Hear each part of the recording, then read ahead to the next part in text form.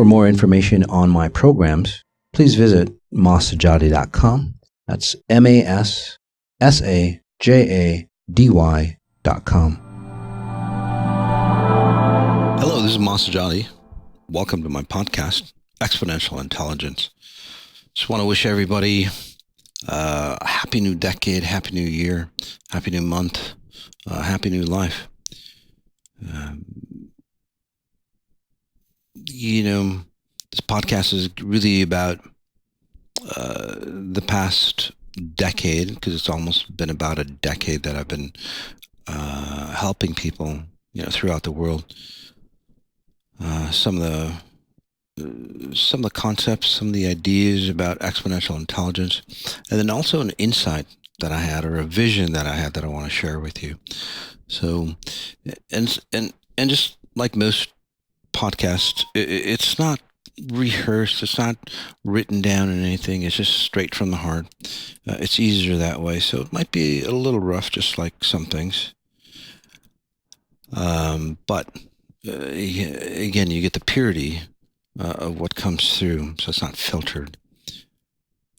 And that's, I guess, that's one of the bigger things on what I want to ask, and have that clarity, but then also having that love behind what I say, because some of the stuff that I say that it would never fly with anybody else.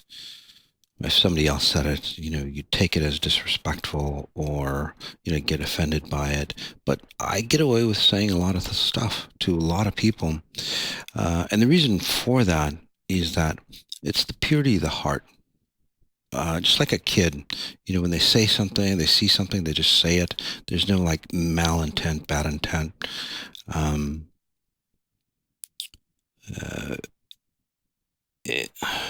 that's the way I say it as well.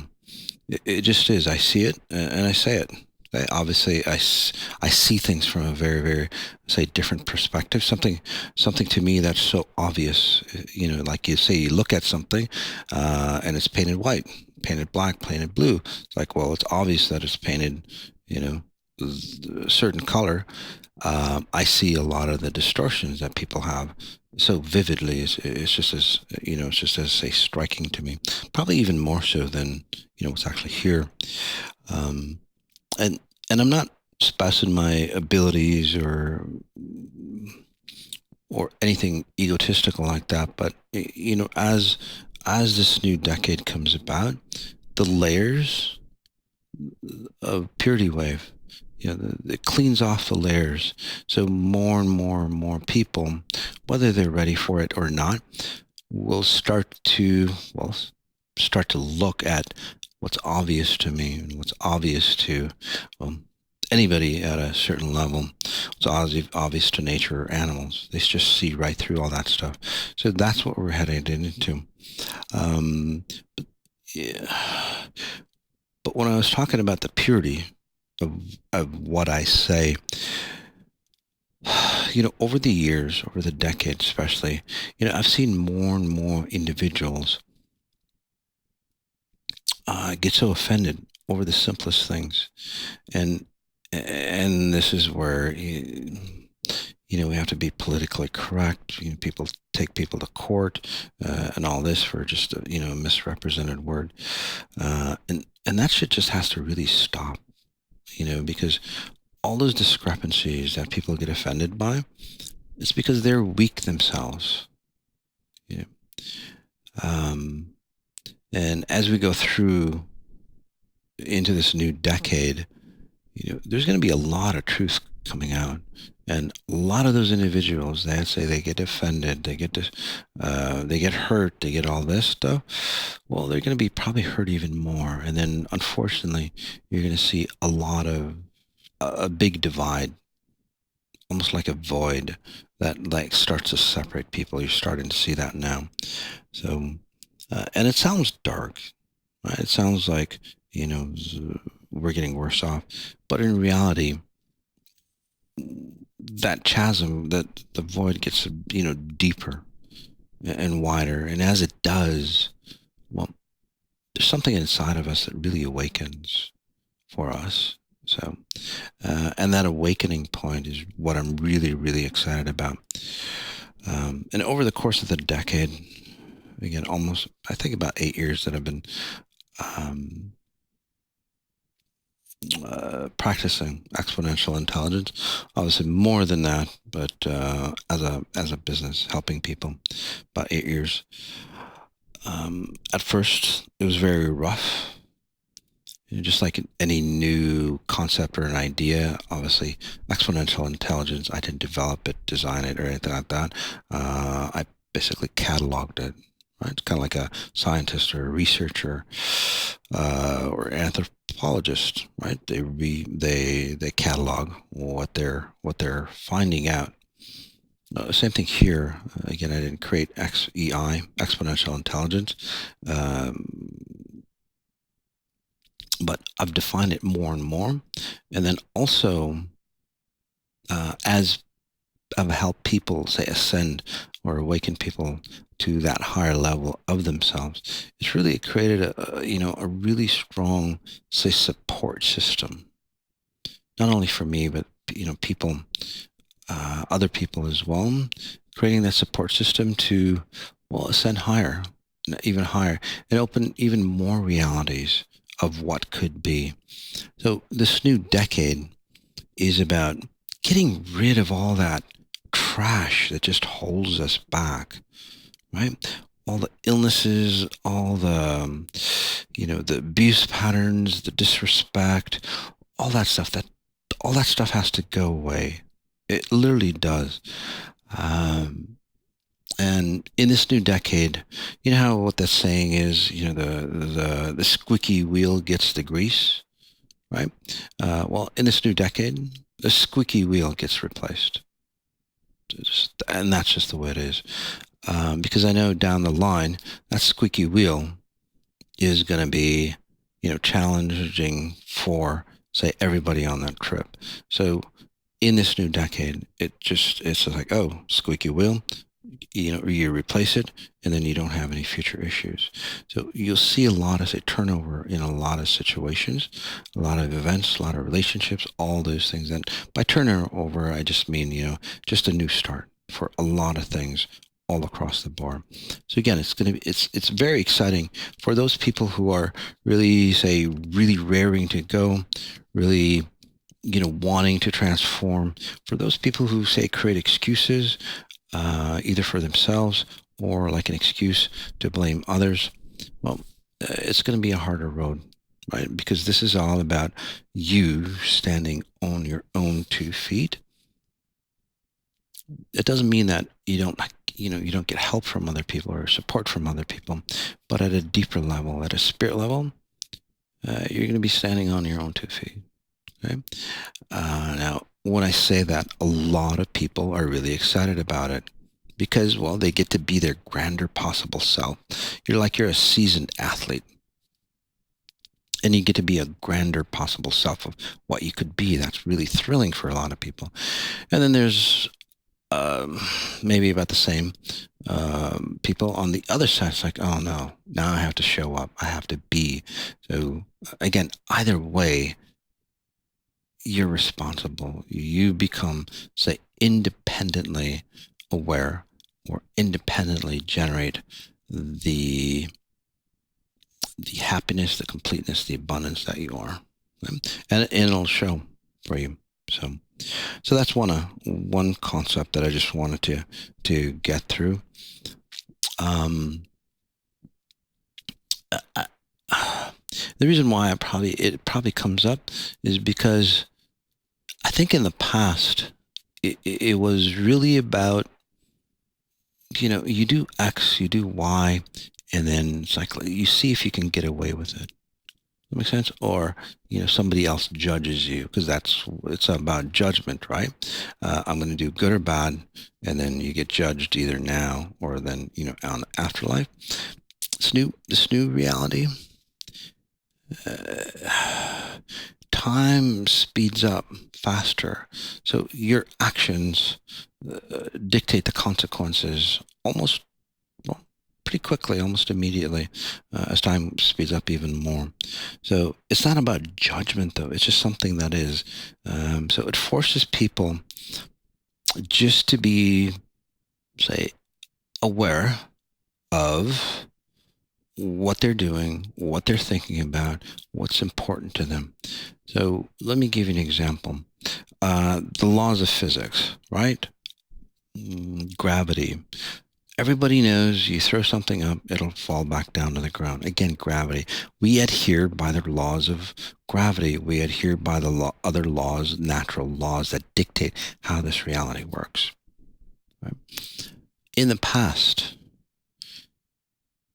we've thought that these are the only laws that matter. Everything else we can create on our own.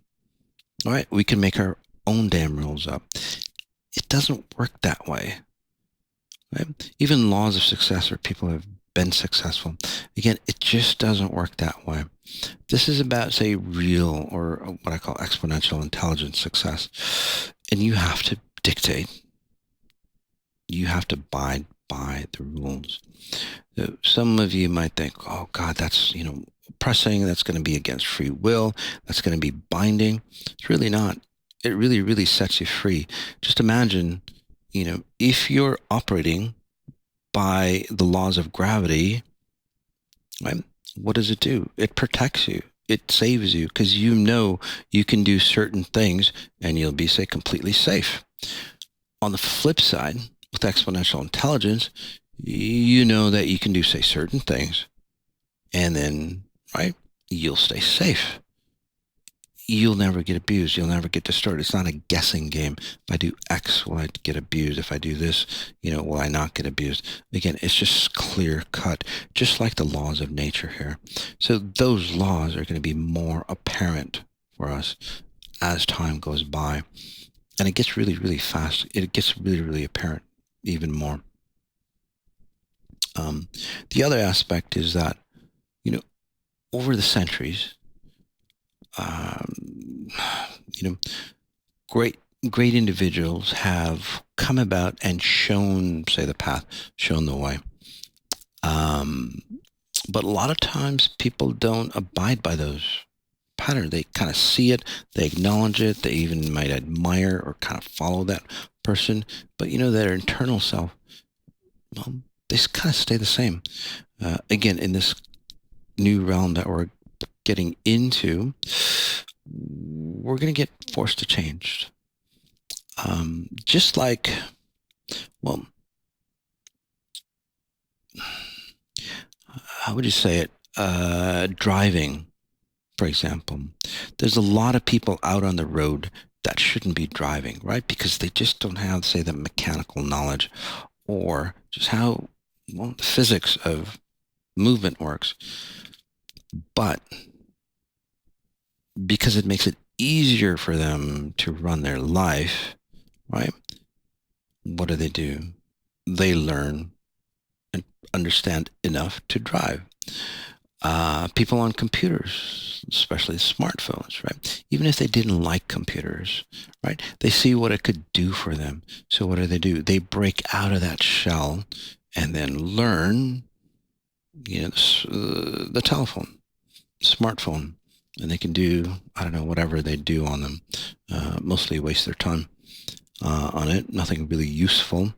Although I'm not saying that technology is bad, but we're just using it for the wrong purpose.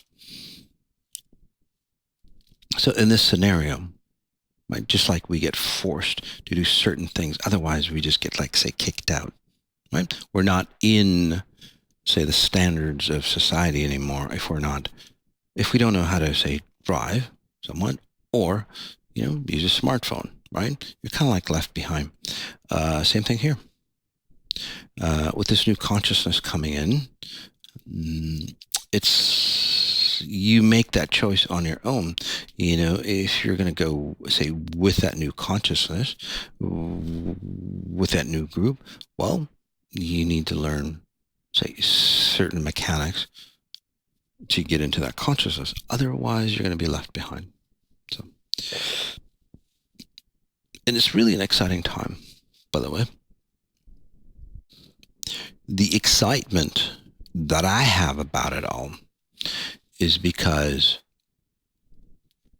and I talked about it in in hindsight and foresight 2020, so you can take a look at all the details on what was and what's to come. Just as this is an afterthought of doing hindsight foresight 2020. The exciting part is that when 2020 started, right from the get-go, this decade, right from the get-go, is not going to be about mending things or solving things just to recreate them later, um, or or or finding, say, solutions to as a band-aid, right? Say like environmental issues, health issues, repeating patterns, right? It's always like a band-aid. We never like cure ourselves, right? We never are, say, completely healthy.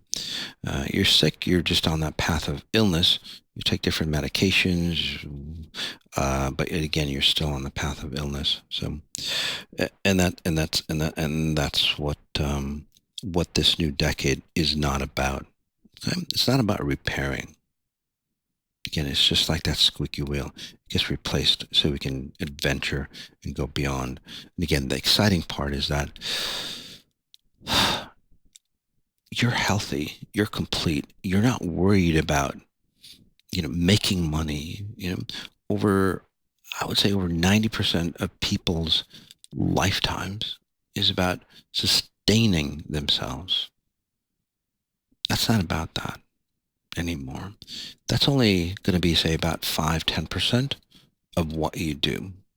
Okay? The other 90% is starting to see the limitless possibilities of who you can be and what you can experience in this reality of time and space and the way this reality of time and space works. Think of that. Because in the yesteryears, previous generations, it was always about survival. It is always about, doing the things you do to, well, what, for security, right? For a rainy day. Or it wasn't about, reaching your full potential or becoming your best.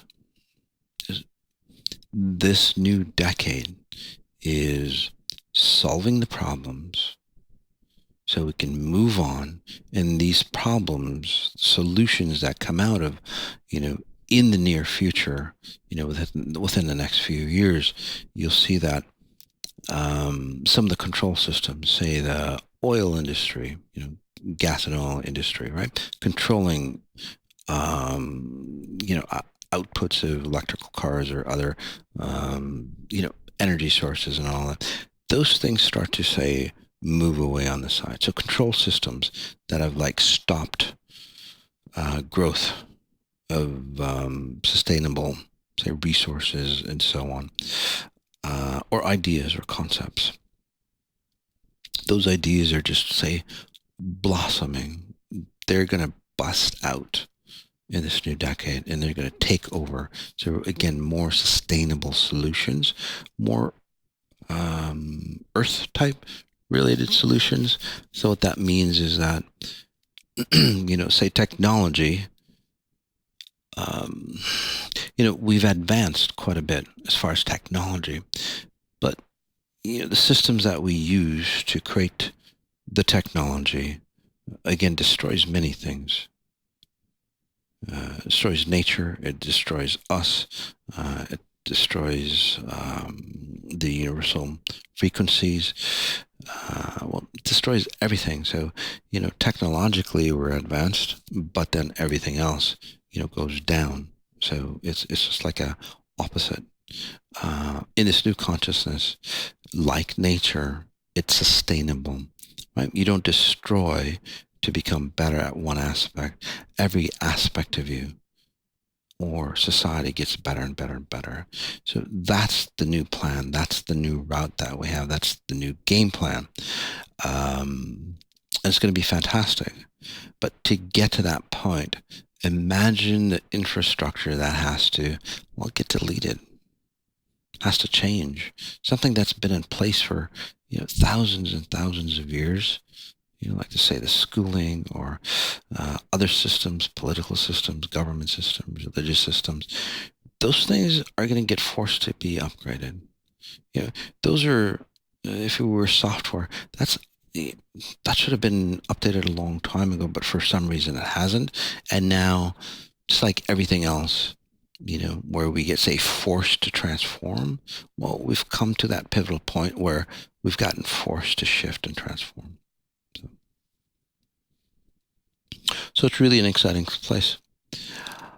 Which leads me to the vision that I had when I was thinking about, what am I going to talk about on Hindsight 2020? Because there's so much to talk about.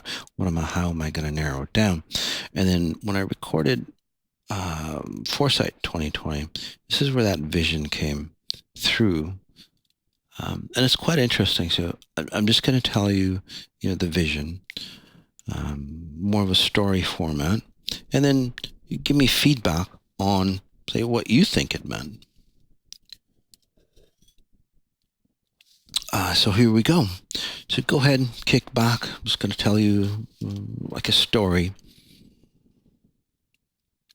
And these visions, why I call it a vision or not a dream or a dream state, is because, well, I'm sure a lot of you have been in that space where you're completely aware, more aware of where you are, but you can't really move your body, but you're completely awakened on, where you are, the position of where you are, but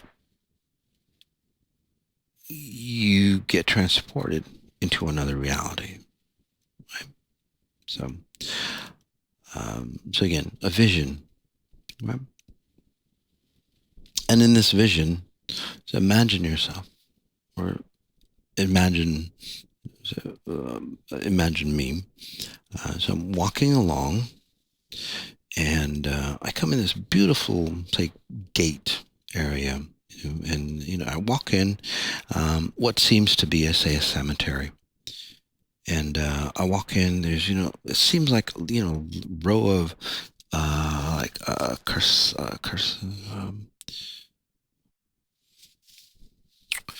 So I see a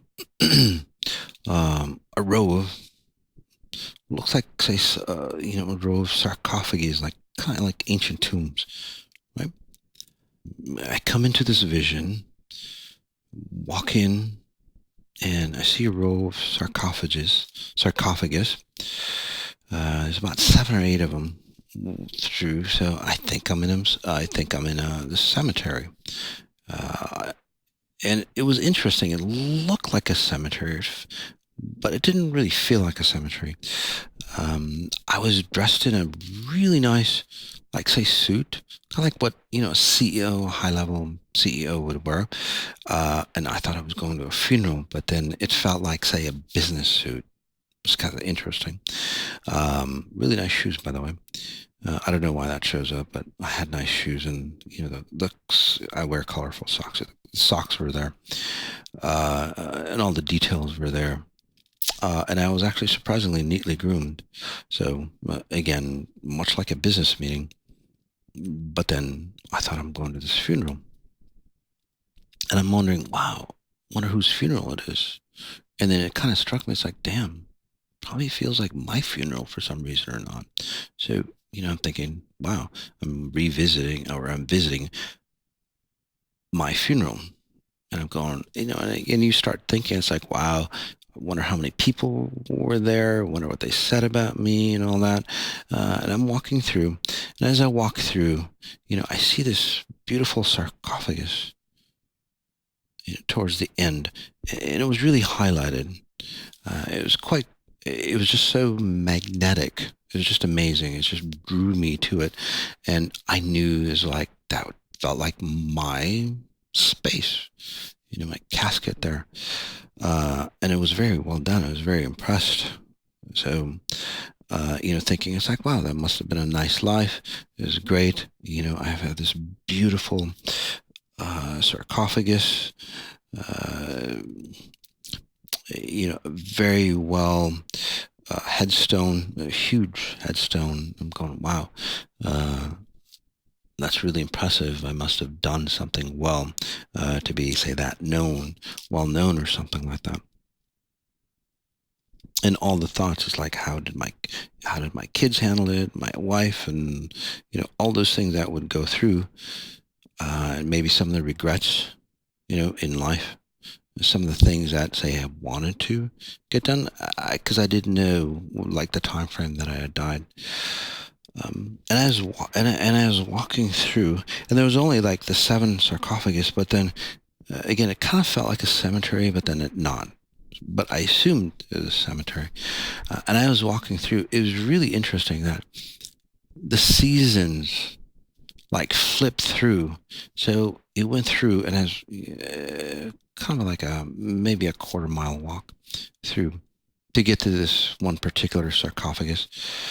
Um, it's like the seasons just like flipped through. Summer, uh, summer, fall, winter, spring, summer, fall, winter. It just kept flipping through. You like a wheel. You just spin, and the seasons flip through, and then it just slowly landed on fall. It was like early fall. The leaves were down, but it was still kind of nice weather. It wasn't too cold or anything. Kind of like a nice sweater weather, nice suit weather. Um, and I finally get to the sarcophagus. So, and I look around, and in this vision that I had, I walked around that thing for I don't know how many times, but I couldn't move away from the fact that it was so perfectly engineered. I mean, it was crazily perfect. It was like perfect precision. The edges, and it was very simple. Right? It was basically a rectangle with the edges maybe angled at a 45, but it wasn't a 45 degree. It was a different degree because, I can tell degrees, but it would look very elegant, but very, very fine, very perfect. Much like, when you have, say, a mechanical piece of machinery. If you've ever seen a Pagani, the gear shifter on those things, they look like a piece of art. Not like a single gram of extra material is on it, any more or any less. It's just like art in perfection, and it's the simplest form. That's what art is, right? The simplicity of beauty. That's what makes it beautiful. And that's what nature is. That's the way this sarcophagus was, or like a great painting. There's not like on a great painting. If you're not familiar with paintings, right? Like I'm not. You look at it and it's like, wow, it's a beautiful painting. But if you're, say, a master painter, you would understand the brushstrokes, the layers, and all the depth that it takes to make a great painting.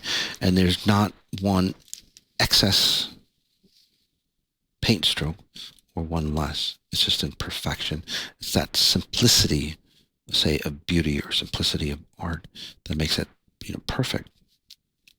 So, same thing with this sarcophagus. And I don't know why it just intrigued me. Like the angles. It wasn't, they were 90-degree angles, but they were like a precision 90 degree. It wasn't like 90.5 degrees.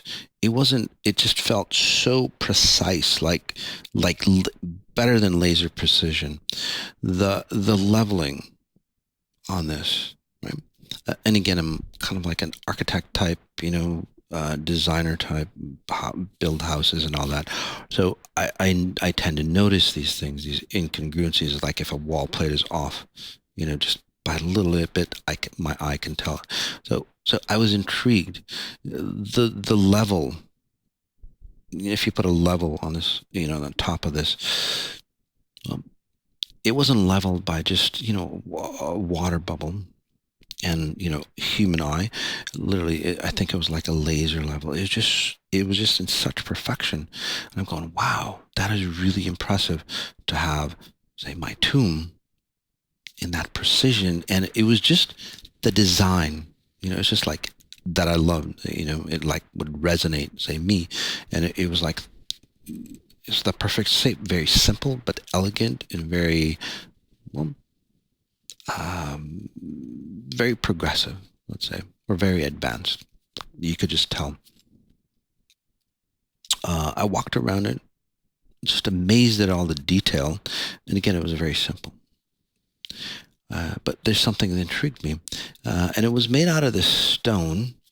It kind of looked like, not marble, but granite, the darker granite with like patches of like black granite, and then a little lighter, not gray, but like kind of a lighter gray, but then the black granite. As I walked around, I kept staring at it, maybe for the 13th or 100th time. I couldn't get over it. Um, it was blacker than black,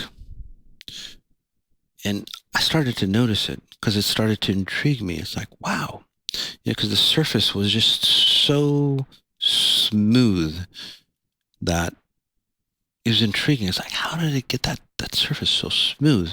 And to the touch, it was like silky smooth, although it was made of some sort of stone. Um, and that was the intriguing part, because the black, the darker black, it wasn't the color black. It was it was a black hole. It was like bits of black holes. There was no time and space.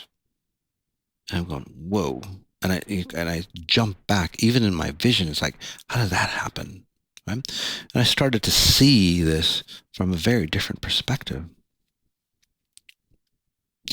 Started to see the surface again, and it's like it it didn't really move, but it wasn't really there, and it was there because all the black spots were black holes. So the only thing that was there was what was solid, but then the black holes were like solid as well when you rub when rub your hand against it. So that was intriguing.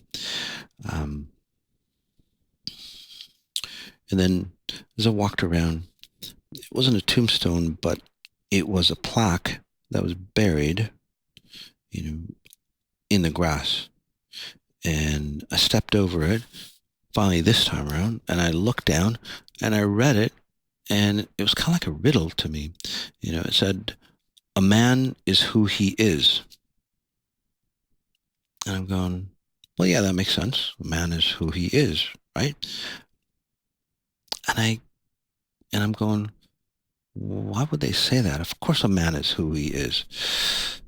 And then, I looked around and I came to, this big tombstone.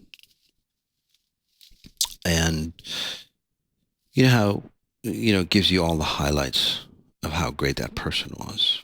Okay? I started noticing it, but it was in a different language. And I'm going, wow, that's interesting.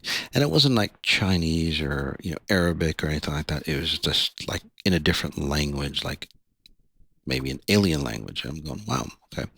And I passed by it and I started to think, well, I wonder how many people showed up at my service.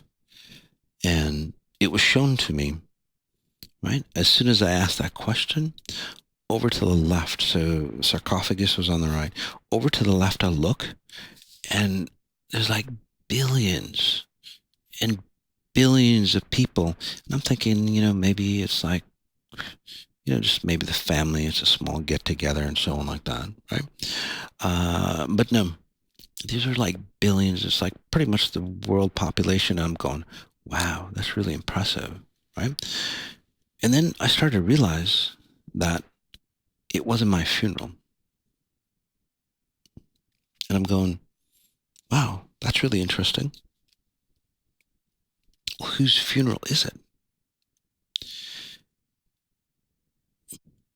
So, all these thoughts went through my head on whose funeral it was. Maybe a great leader, great, I don't know, heads of state or, a religious leader. And it just didn't feel right to me. So I asked some other questions, and they showed me. I can't quite remember what those questions were, but it was quite intriguing. And maybe later, as comes, posted on Instagram or something. Um, so I turn around, to this long tombstone.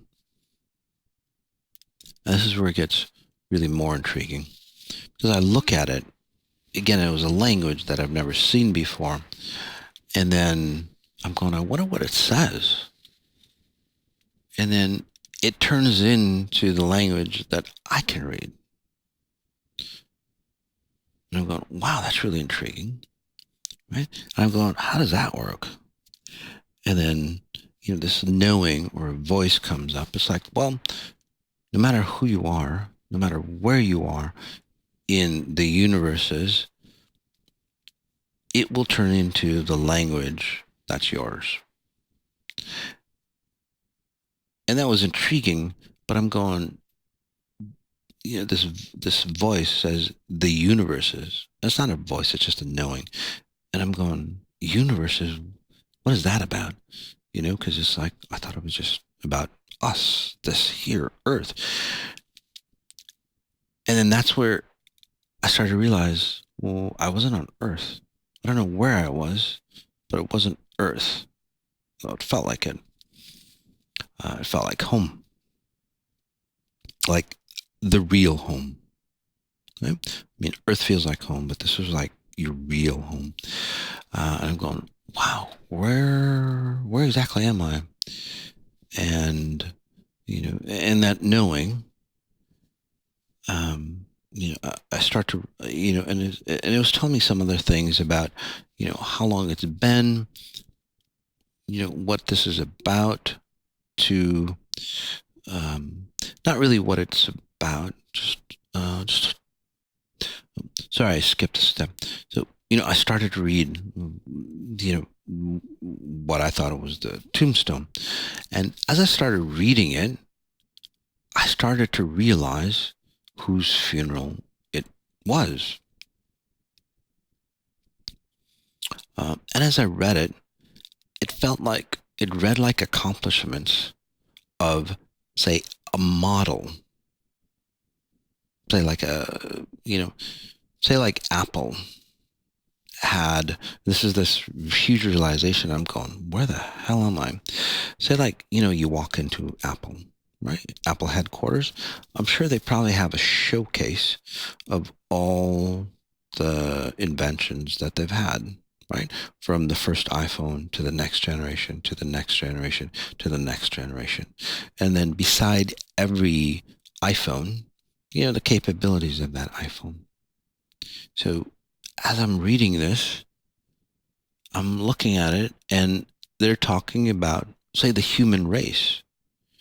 And what was different about this model, the model that's in the sarcophagus. And I'm reading it, and in this model, what was achieved is that level of consciousness that we get to really understand that we are of a grander self. Like before, we always thought there was a grander self. We had illusions of what it might be, something that's out there, your spirit, all the definitions of spirits that, isn't really, say, solid. It's not really factual or anything like that. But in this model, it's like a coherent definition of what, say, your higher or your real consciousness is about. So humans understanding that they are of a grander self. Now, that sounds like, well, humans knew that a long time ago. No, they didn't. They had concepts. They had ideas. It's kind of like, having thoughts of flying, but you don't know how to fly until, or what the mechanics of flight is until you create that airplane or a mechanism that can take you into flight, right? So again, there was thoughts, there was ideas, there was beliefs on what that was about what your higher consciousness or what your spirit was about, but not as a solid factual, say, evidence. And that's what this new model, or this latest model that I guess was dead, was about. And that's the realization, after I read this, and that's the realization that I'm going, oh wow, it was the death. It wasn't really a death. It was the end of this model of humans. So as I look back, and then I read, what's buried on that in the ground. A man is who he is, and it dawned on me. So that knowing came into me. It's like, well, a man is who he is. So think of it. So basically, what it's saying is that a man is who he is. So the identity or the sample of the man, right, or that human or that person named Bob, basically that identity is who he is. Well, the model number, basically, or of this generation, and that's who you are, right? So, and then you throw your own spice of personality and so on like that. But the underlying core is still the same, right? Say you get the same model of a Volkswagen Bug, right? And you color it, you doctor it, whatever it is. That bug is what it actually is, right? That's the model of the bug, the VW Bug. Same thing with this. And I'm going, holy crap. So now we're not even human, we're just literally versions, a different version of human.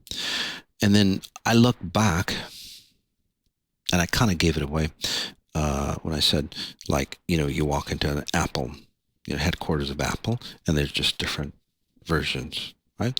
I look back and I'm going, wow, I'm not in a cemetery. I don't know where I am, but it seems like they design humans. But it didn't feel like a factory or anything like that.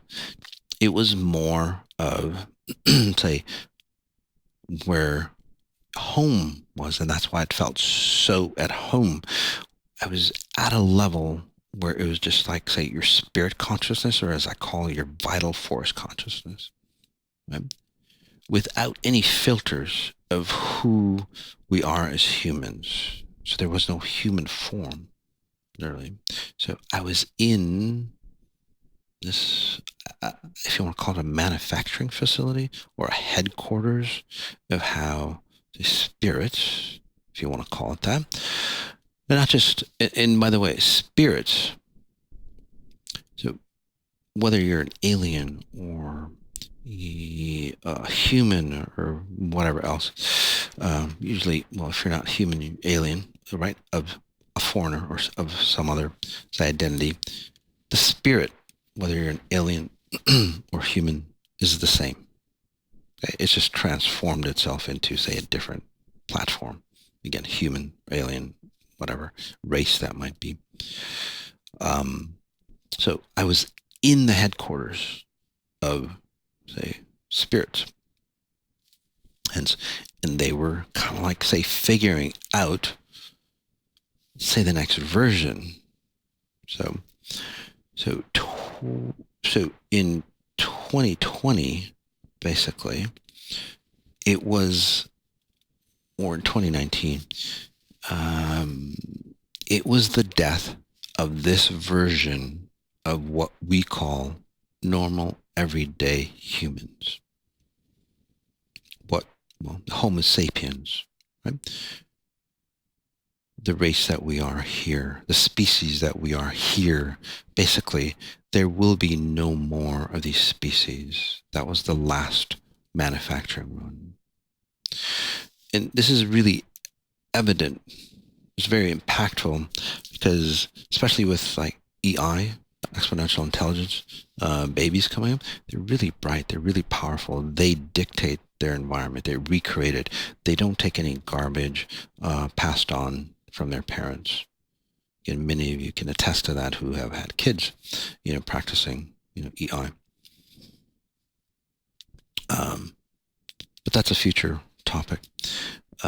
Going back to the other, say, 7. So I'm looking back, and this knowing tells me that, well, since the dawn of humans, there's been, say, 7 generations of humans. The last version, again, ended, or the last update of this human ended in 2019. So now there are some, as I go back again, so I think even like in today's history, if I think scientists have looked, there's a human form. Some of them are really tiny, some of them are big. So, right, it's not just like one human and then we think, oh, alien bones were found and so on. No, it was just a different human. It was just like a test run. Back in the day, we had like big clunky phones, and then they were really thin, really compact. And now we got the bigger phones. So same with humans. We basically we were just testing out different versions of ourselves. Sometimes those humans, say, went extinct, and they would be, say, tens of thousands of years to them, maybe the next week. But for human time, 10,000 or 20,000 gaps in between, say, the different versions of humans. In this latest version of human, they just won't create this version of human anymore. So there's no gap. Okay, there's no space where all humans went extinct, so to speak, and then regenerated again. So in the new version, so we're still kind of like in the test run of this new version of human that's coming up. So, and this is where we come in, because we would be considered, say, the scientists to go, hey, we can do this in the next version. Let's put this into the next version of humans. Let's put this into the next version of humans. Let's try this on the next version of humans. So in the future, what we're doing as a society here today is going to dictate, not in a normal way, but in a very different way, what the future human can evolve into. And the cool thing about this, and it really hit home for me, is that, well, all the distortions, so the lack, the abuse pattern, the control systems, and all that, ended with this version of human as well. So, and what hit home for me is like, oh my God, this is the new consciousness that, say, I've envisioned and, maybe helped create as well, is like, so this is what it's all about. It's not just, say, a consciousness, right? It's not just the operating system, but in the future, and maybe past our lives, we'll start to see a redefinition of, say, human that, say, can exist more readily without all the baggage right from the get-go. So imagine how far advanced we could go, because there's no more baggage to really control us or hold us down. We would literally go into the next step of being limitless.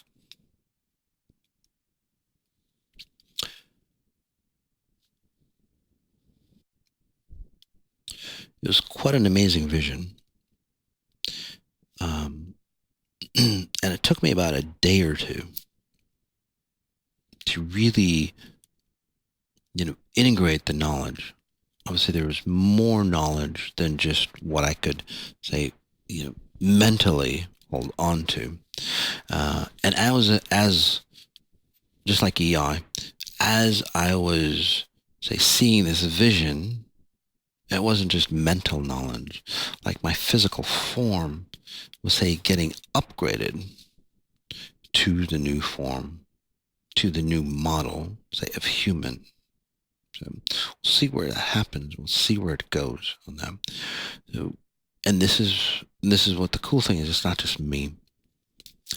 Many of you in the near future will start to, and many of you have started to change already, that new identity, that new sense of self. So it's not just say a belief system. It's something that's more solid than that. It comes from, say, solid, say, evidence. And we'll see in the near future, say, what the new humans do.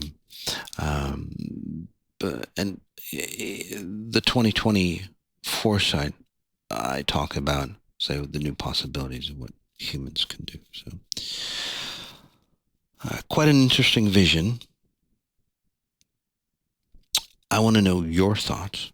So comment in at Masei, Masei, M-A-S-E-I, at mossajati.com. Give me any questions, any feedback, any thoughts. It'd be fantastic to hear from you. It'd also be fantastic to understand that as I've gotten upgraded, many of you have felt that upgrade and you've got upgraded on your own as well. So give me thoughts on that as well, especially the last, say, from January, 3rd, 4th, 5th, backwards, about 2-3 weeks. So like, say, December 20th to, say, January 5th, around that time frame, right? Tell me your story, send in your story. As always, as we end, notice what you notice, and then notice the details of what you're noticing.